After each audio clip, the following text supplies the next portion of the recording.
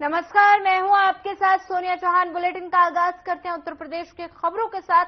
रुक करते हैं खबरों की ओर। ब्रिटेन में हुए आम चुनाव में लेबर पार्टी लगभग जीत गई है, जबकि ऋषि सुनक की कंजर्वेटिव पार्टी पीछे रह गई। ब्रिटेन में गुरुवार को वोटिंग हुई थी।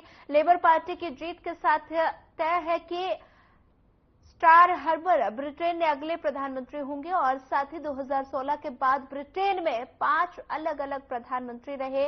पिछले कई वर्षों से चली आ रही अस्थिरता, जीवन जीने की जद्दोजहद, अंदरूनी संघर्ष से जूझ रहे ब्रिटेन के वोटर्स ने इस बार सरकार बदलने की ठानी, जिसका असर चुनावी नतीजों के शुरुआती रुझानों में दिख रहा है। अब तक आए नतीजों में लेबर पार्टी 392 से ज्यादा सीटें जीत चुकी है, जबकि ऋषि सुनक की कंजर्वेटिव पार्टी 103 सीटें अभी तक जीत सकी है और साथ ही 650 सीटों वाले हाउस ऑफ कॉमन्स ने बहुमत का जादुई आंकड़ा 326 है। सीट बचाने में तो कामयाब रहे, लेकिन भारतीय मूल के ब्रिटिश प्रधानमंत्री रहे ऋषि सुनक ने चुनाव में अपनी पार्टी की हार स्वीकार करते हुए सुनक ने कहा, लेबर पार्टी ने चुनाव जीत लिया है। उन्होंने कीर स्टारमर को चुनाव में जीत पर बधाई दी। साथ ही बता दें कि साधना टीम ने ये पहले ही भविष्यवाणी कर दी थी कि ब्रिटेन में हुए आम चुनाव में हिंदुओं की जीत होगी।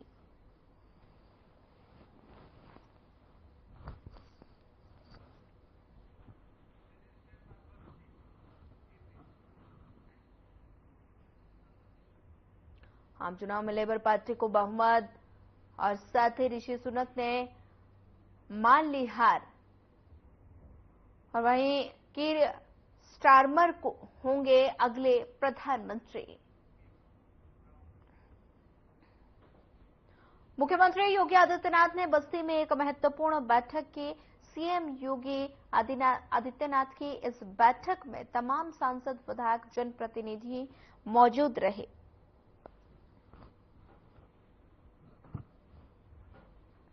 मुख्यमंत्री योगी आदित्यनाथ ने बस्ती में एक महत्वपूर्ण बैठक की।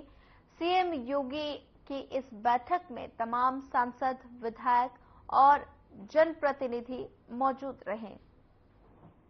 तस्वीरें बस्ती से हैं, जहां पर तमाम प्रतिनिधि मौजूद रहे। एक बैठक का आयोजन किया गया, जिसमें उत्तर प्रदेश के मुख्यमंत्री योगी आदित्यनाथ ने इस बैठक की अध्यक्षता की और साथ ही सांसद, विधायकों संग ये बैठक की।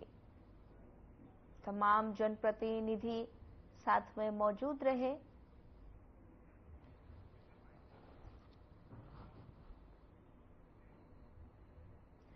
सहारनपुर के थाना नागल में 4 अज्ञात बदमाशों लूट की वारदात को अंजाम दिया और साथ ही बदमाशों ने कार पर लूट के इरादे से हमला किया, जिसमें 2 लोगों को हल्की चोट भी लगी और जिसके बाद तुरंत कार्रवाई करते हुए पुलिस ने 3 लोगों को मेरठ से हिरासत में लिया, जिनके पास से 36 हार और साथ ही 20 ब्रेसलेट और 52 अंगूठी समेत लूट का सामान बरामद हुआ। नागल के अंतर्गत कल रात्रि को 11 साढ़े 11 बजे के आसपास एक व्यक्ति सत्यम शर्मा और उनके साथ एक ड्राइवर हैं तरुण सैनी, इनके द्वारा अपने एक मालिक हैं जो सराफे का कार्य करते हैं मेरठ में, उनके माध्यम से सूचना दी गई थी कि ये अम्बाला से अपनी गाड़ी में आ रहे थे और ये अम्बाला, हरिद्वार और सहारनपुर में अन्य अन्य जगह पर जो डायमंड ज्वेलरी है उसको अन्य सराफ को ये बेचते हैं और उससे पैसा इकट्ठा करते हैं। और ये सारा सामान अम्बाला से जब ये वापस आ रहे थे तो सहारनपुर के पास नागल थाने के नजदीक जो रेलवे फाटक पड़ता है उसके आगे जाकर 4 अज्ञात बदमाशों के द्वारा इनकी गाड़ी को रोककर उससे तोड़फोड़ की गई और उसके बाद ये जो सामान भरा जो बैग था जिसमें डायमंड की ज्वेलरी थी वो वहां से लूट कर ली गई। इस पूरे प्रकरण में जो पुलिस के द्वारा इसमें पूछताछ की गई, पूछताछ करने के बाद इसमें दोनों ही के बयानों में कुछ अंतर्विरोध आया और उस बयान के आधार पर इन दोनों से और सख्ती से पूछताछ की गई। तो इन दोनों के द्वारा बताया गया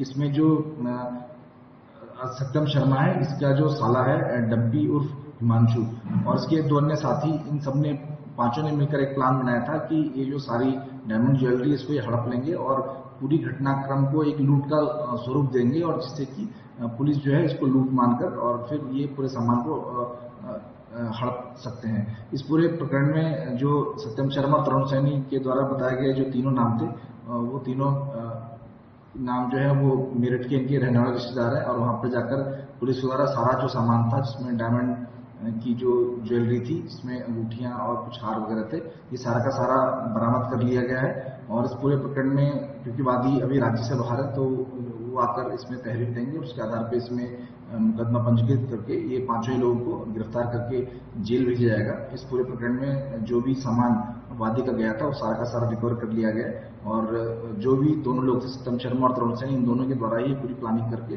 सारा सामान को हड़पने की नियत से इस पूरी घटनाक्रम को लूट की घटना देकर इसकी पूरी घटना को इस तरह से बनाया गया कि लूट की घटना लगे और इसमें जो भी अन्य लोग शामिल थे सभी को गिरफ्तार कर लिया गया है। और प्रकरण में प्रधानमंत्री नरेंद्र मोदी ने पेरिस ओलंपिक 2024 के लिए भारतीय दल के साथ बातचीत की। इस दौरान पीएम मोदी ने क्या कुछ कहा, आइए आपको सुनाते हैं।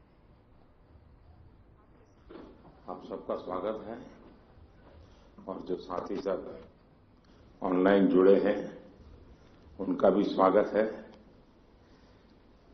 साथियों, मैं आज तो ज्यादा समय नहीं लेता हूं आपका, क्योंकि वो आप जाने के मूड में होंगे और जीतने के मूड में होंगे और मैं आपका जीत करके वापस आओगे तब स्वागत करने के मूड में हूं। और इसलिए वैसे मेरी कोशिश रहती है कि खेल जगत से जुड़े हमारे देश के जो सितारे हैं उनसे मिलता रहूं, नई चीजें जानता रहूं, उनके प्रयासों को समझता रहूं और सरकार के नाते अगर व्यवस्था में कुछ बदलाव लाना है, कुछ प्रयास बढ़ाने हैं, तो इस दिशा में कुछ काम करता रहूं। और मेरी कोशिश ये रहती है कि सबसे डायरेक्ट इंटरेक्शन करूं, ताकि फर्स्ट हैंड इंफॉर्मेशन मिलती है। खेल का एक स्वभाव होता है जी, हर विद्यार्थी का जैसे रहता है, जब वो पेपर देने जाता है एग्जाम के लिए, तो पूरे घर को ऐसा विश्वास देता है कि बस आप चिंता मत कीजिए, मैं रैंक लेकर के आने वाला हूं। और जब उसको तो पता चल जाता है एग्जामिनेशन में क्या हो रहा है, क्या कर पाएगा, ठीक गया नहीं गया, तो निकलते ही शुरू कर देता है। पंखे की आवाज बहुत आ रही थी, खिड़की खुली थी तो मजा नहीं आ रहा था, टीचर बार बार मेरी तरफ देखते थे। तो आपने देखे होंगे ऐसे स्टूडेंट्स, उनके पास बहुत सारे बहाने होते हैं और हमेशा वो परिस्थितियों को दोष देते हैं। और ऐसे लोगों की कभी जीवन में प्रगति नहीं होती है। वो बहाने बजाने में मास्टर हो जाते हैं, लेकिन प्रगति नहीं कर पाते। लेकिन मैंने देखा है कि मैं कई खिलाड़ियों को जानता हूं, वे कभी भी परिस्थितियों को दोष नहीं देते। वो हमेशा कहते हैं कि जी मुझे वो टेक्निक मेरे लिए नई थी, वो जो करता था मैंने अंदाज नहीं लगाया कि वो भी एक तरीका हो सकता है। कहने का तात्पर्य है कि दोस्तों, हम खेलने के लिए जा रहे हैं, हम अपना बेस्ट परफॉर्मेंस के लिए जा रहे हैं, लेकिन ओलंपिक सीखने का भी बहुत बड़ा मैदान होता है। अब तो एक तो मैं अपना खेल खेलूं और टेलीफोन करके सबको बताता रहूं, देखिए आज ऐसा रहा वैसा रहा। दूसरे होते हैं बाकी हर खेल देखने जाते हैं, फलाना देश कैसे खेल रहा है, टिकना देश कैसे खेल रहा है, और वो चीजों को पूरी तरह ऑब्जर्व करता है, कोशिश करता है एब्सॉर्ब करने की, और आकर के अपने कोच को भी बताया कि यार भाई मैंने देखा उसने तो बड़ा कमाल कर दिया था लास्ट मोमेंट, अब मुझे भी बताइए वो क्या टेक्निक थी। कभी उस वीडियो को लेकर के 10 बार देखता है कि उसने कैसे को पलटा था। तो इन्हें जो सीखने की वृत्ति से काम करता है, उसके लिए सीखने के बहुत अवसर होते हैं। जो शिकायत में जीना चाहता है, उसके लिए भी अवसरों की कमी नहीं होती है। दुनिया के समृद्ध देश भी उत्तम से उत्तम सुविधाओं के साथ आए हुए लोग भी शायद शिकायत करते हुए नजर आएंगे। और हमारे जैसे देश के लोग जाते हैं, कई कठिनाइयां होती है, बहुत सी असुविधाएं होती है, लेकिन दिल में उसके मन में रहता है मेरा देश, मेरा तिरंगा झंडा। और इसलिए वो कठिनाइयों को, असुविधाओं को बिल्कुल साइड में रखता है, वो अपने मिशन के लिए लग जाता है। और इसलिए साथियों, मुझे पक्का विश्वास है कि इस बार भी खेल के मैदान में आप भारत का नाम रोशन करके आएंगे।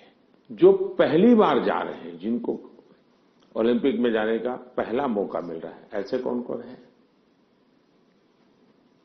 अच्छा, बेटियों की संख्या ज्यादा है, पहलवानों की संख्या ज्यादा है। अच्छा, जो पहली बार जा रहे हैं उनके मन में क्या चल रहा है, मैं जरा सुनना चाहूंगा। आप क्या सोच रहे हैं? आप में से कोई भी बताए। हाँ, बताइए। आप कुछ कहना चाहती हो ना? ये पीछे। हाँ, बताइए।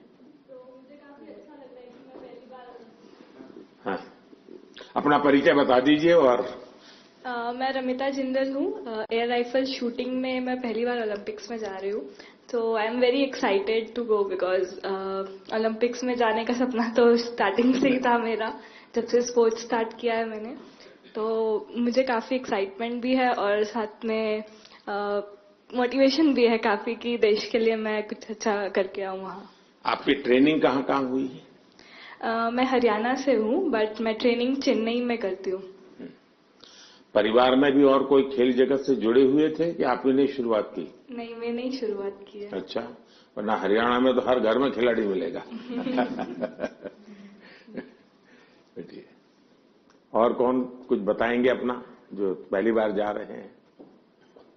बेटियां तो बहुत बता सकती है। दीजिए, वो बोलेगी कुछ। हाँ। मेरा नाम रितिका है और मैं हरियाणा रोहतक से हूँ और मैं बहुत खुश हूँ। मैं पहली बार जा रही हूँ।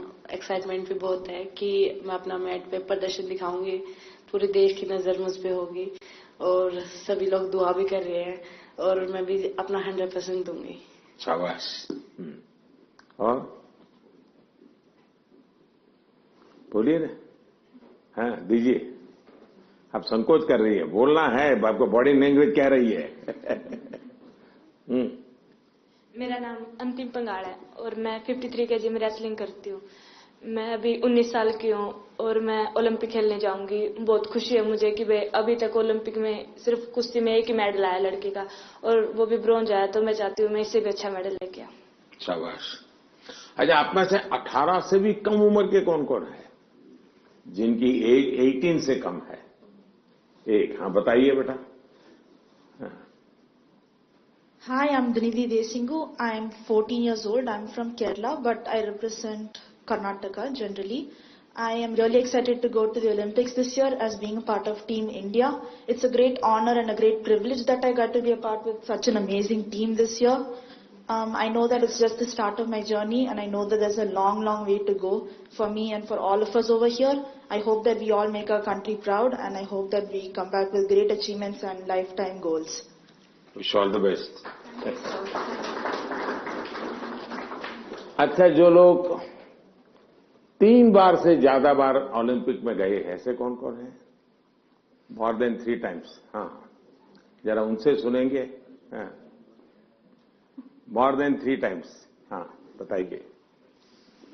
हाँ, कहिए, झारखंड वालों को तो छूट है कुछ भी बोलने की। नमस्ते सर, मेरा नाम दीपिका कुमारी है। मैं आर्चरी को रिप्रेजेंट करती हूँ। सर, बहुत खुशी है और कि ये चौथा ओलंपिक है मेरा और मैं बहुत एक्साइटेड हूँ और ये काफ़ी एक्सपीरियंस है। तो मैं उस एक्सपीरियंस को चाहूँगी कि उस एक्सपीरियंस को यूज़ करूँ और उसी जोश और उसी कॉन्फिडेंट के साथ रिप्रेजेंट करूँ और अपना 200% दूँ। Thank you. अच्छा, आप जो यहाँ नए खिलाड़ी पहली बार जा रहे हैं, उनके लिए क्या संदेश देगी, जो पहली बार जा रहे हैं इस टीम में? सर मैं बोलूंगी कि डेफिनेटली कि एक्साइटमेंट बहुत ज़्यादा होता है, बट मैं उनको बोलूंगी कि उस चकाचौंध में वो ना घुसे, जितना हो सके वो खुद पे फोकस करे और इंजॉय करे, पर पूरे फोकस के साथ, पूरे सेल्फ कॉन्फिडेंस के साथ। और मैं ये बोलूंगी कि मेडल जीतना है उसके पीछे ना भागे, वो परफॉर्म करे, अच्छा परफॉर्म करे ताकि मेडल उनके पास आए। अब 3 बार आप हुआ आई, पहली बार गई, उसमें कुछ सीखा होगा, कुछ आपने आकर के उसको प्रैक्टिस किया होगा। दूसरी बार गई, कुछ और सीखा होगा। मैं जान सकता हूं कि आपने ऐसा कौन सी चीजें नई एडॉप्ट की जिसके कारण आपका कॉन्फिडेंस भी बढ़ा है और आपको लगता है कि आप देश को कुछ दे पाओगे?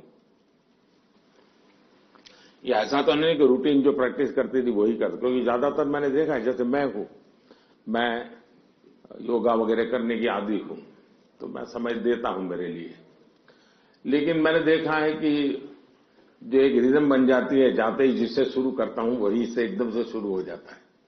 फिर मैं थोड़ा कॉन्शियस होकर कि आज ये 2 छोड़ो, 2 नई चीजें करूं, तो थोड़ा मुझे वैसा हर एक का आदत हो जाती है कि वो अपनी जो पुरानी हैबिट है उसी प्रकार से एक्ट करता रहता है और उसको लगता है मैंने कर लिया। आपकी स्थिति क्या है? सर जो पुरानी अच्छी आदत है उसको कंटिन्यू करते हैं, और जैसे लास्ट टाइम कोई भी मैच से अगर हम हारते हैं तो उससे सीखते हैं और प्रैक्टिस में आके वो गलती ना करें उसको हम हर दिन रिपीट करते हैं ताकि वो हमारे आदत में उतर आए, जो अच्छी आदत है वो उतर आए, और वही चीज हम कंटिन्यू करने की कोशिश करते हैं। कभी कभी बुरी आदत भी तो आदत बन जाती है, शरीर का हिस्सा बन जाती है। सर होता है ऐसा, बहुत बार होता है कि बुरी आदत लग जाती है, बट हम खुद को बात करते हैं खुद से और रिमाइंड कराते हैं कि ये चीजें हमको कैसे कन्वर्ट करनी है अच्छी चीजों में। और कौन है जो 3 बार जाकर के आए हैं? नमस्ते सर, मैं पूनम एमआर एथलेटिक्स से हूँ। 2008 में जब मैं ओलंपिक्स गई थी तो मैं 18 ईयर्स थी, तो मैं रिजर्व में थी सर। देन 2016 में हम लोग टीम में भागे थे, तो 2002 के बाद हम लोग फाइनल में नहीं आया, तो this time we want to create a national record and come into the finals sir. So confidence, thank you. Sure. ये जो बाहर जो है हमारे साथ ऑनलाइन जुड़े हैं, वे भी कुछ अपना अनुभव शेयर करना चाहते हैं तो अच्छा लगेगा सब खिलाड़ियों को। कौन बताना चाहता है? हाथ ऊपर करके शुरू कर दीजिए। नमस्कार सर। नमस्ते। मैं पीवी सिंधु। सर मेरा अभी 3rd ओलंपिक्स में जा रही हूँ सर। तो फर्स्ट ओलंपिक्स में 2016 में सिल्वर लेके आई थी और 2020 टोक्यो में ब्रॉन्ज लेके आई थी। तो इस बार I hope I change the color sir and I hope I come back with a medal. Obviously अभी बहुत experience से जा रही हूँ, but definitely it's not going to be easy, but I will try my best and hoping for another medal sir. Yeah. ये जो नए खिलाड़ी आ रहे हैं उनके लिए क्या कहोगी? बस फर्स्टली मैं बस ये कहती हूँ कि आई wish them all the very best. बहुत लोग ये सोचते कि ओलंपिक्स है कैसा खेलना, और प्रेशर भी बहुत रहता है, और कुछ लोगों को ये रहता है कि वो एक्साइटमेंट रहता है कि you know it's our first Olympics and we want to go to the Olympics. But I just want to say that you know it is like any other tournament. It's just that हम focus करना है और we have to have that belief in ourself that we can do it. And definitely सब लोग hard work कर रहे हैं, तो I wish them that they give their 100%, not think that it is some different tournament and it is going to be hard, but I just want to tell them that it is like any other tournament and I want them to give their 100%। चलिए, pressure तो सब लोग thank you sir, thank you. और कौन कोई है जो बाहर से बात करना चाहेंगे? नमस्ते सर। नमस्ते जी। प्रियंका गोस्वामी। नमस्ते जी। तुम्हारे बालकृष्ण कहाँ है? सर मेरे पास ही है, यहीं पे स्विट्जरलैंड में।